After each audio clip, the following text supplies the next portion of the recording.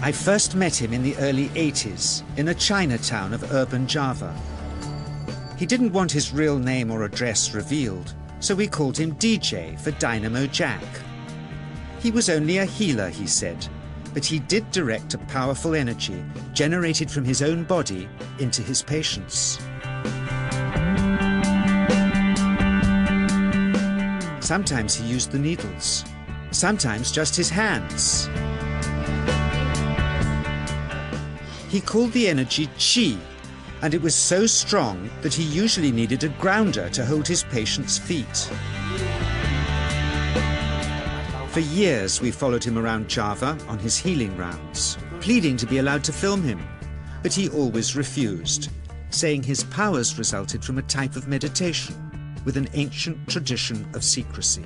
It was only when my brother Lorne was suffering from a serious eye infection that he finally allowed us to film him in 1987. It was nothing like any acupuncture I'd ever had.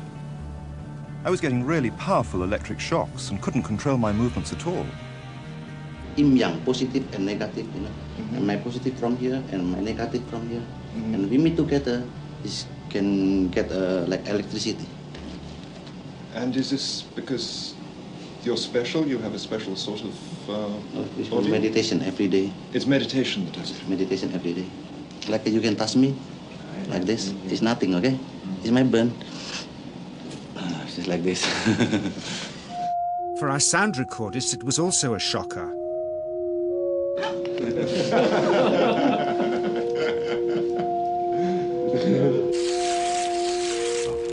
He then took our newspaper outside and showed us how Qi can also be used to set things on fire.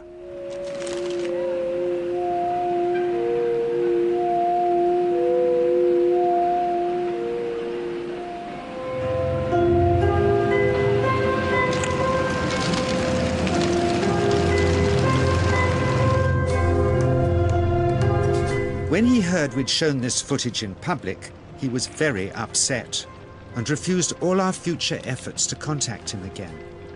As the years passed, we sadly resigned ourselves to never seeing him again. My brother Lorne never did, for by 1997 he was already dead, when I again found myself with DJ, now treating me for an eye problem. But it wasn't this that brought me back. He had tracked me down out of the blue and invited me to tell me a story. He had just returned from 2 years on a deep meditational journey, alone in the heart of Borneo. Amongst his revelations, he had seen, he said, how history was moving on into great change, and the old wisdom was vanishing. So he'd called me back to film just enough of him to remind us that we all have undreamed of powers sleeping within us, and that there's nothing special about him except for his training in waking them. Grounding this patient, my cameraman Joe is having to use all his weight to keep contact. She is pushing him away. He seems able to control the amplitude of this Qi, like a dimmer switch, and it causes uncontrollable responses in the patients and their grounders. I can barely keep my hand on you. It wants to fly off. The electricity is so strong. This mother unwittingly grounds her child. He won't sit still, so she's asked to hold him and grin and bear it. Sometimes signs of this passing energy can be seen in the transmitter too.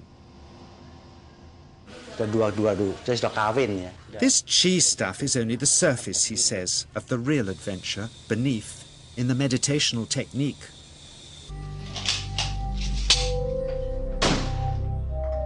Projecting Qi from the palm of the hand can also be used to resist rifle pellets, he says.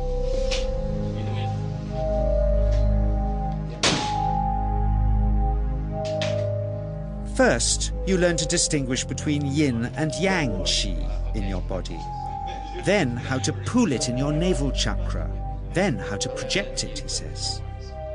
And it's the proportionate mixture between yin and yang which accounts for different effects, like pulling or pushing objects or igniting them.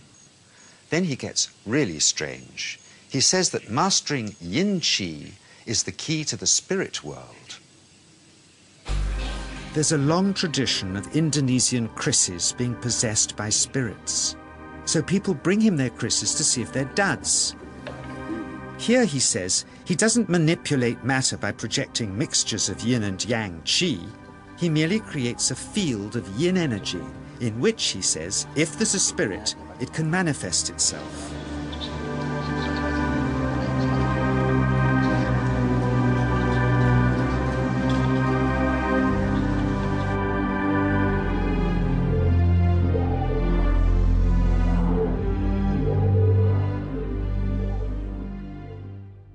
So I invited a small group of scientists back from the United States with measuring equipment to test if DJ was for real.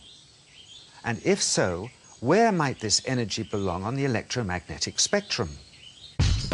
Catherine Cook, CEO of the Mind Science Foundation in Texas. Dr. Roger Nilsson, a Swedish medic and international racing sailor. Dr. Greg Simpson, a physicist from New York's Albert Einstein University, and Andreas Polak, one of DJ's Australian students. The visitors are confident they'll uncover him as a fraud in no time. Greg is the first guinea pig, and he's uncomfortable about showing that he can feel anything at all. Dr. Roger doesn't know what to expect.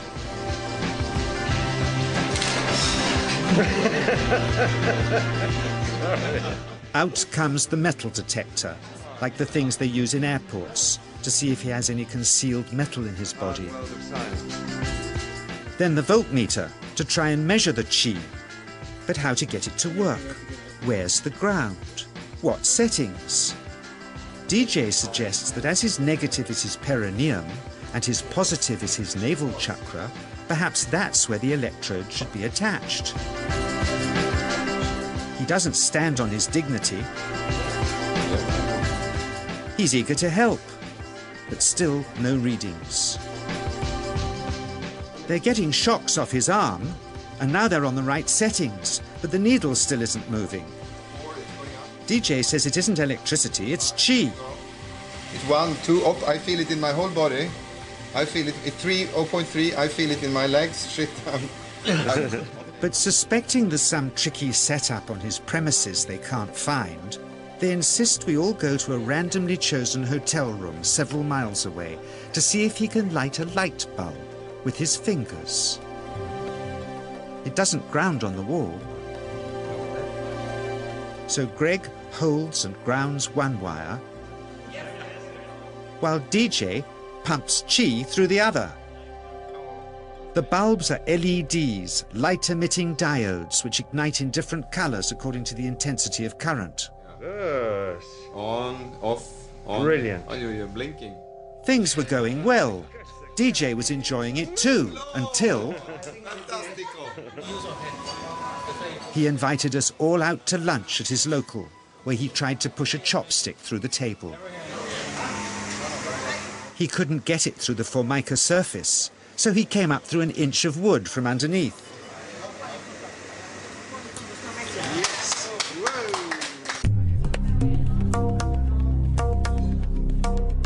Not only did he draw his own blood, but a chopstick splinter had caught Alison here between the eyes, drawing more. The incident was laughed off apologetically, but next morning he was a different man, drawn and upset. He said he'd been visited all night by his long-dead master, raging that he'd broken the strict taboos of his sect, never to show off in public and never to cause harm or draw blood. He felt deeply chastised. All further testing and filming must end.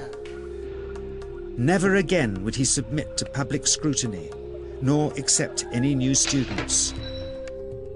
He would sink from sight and continue his healing in obscurity, as he had done since before we met him in the early 80s and had always told us was right.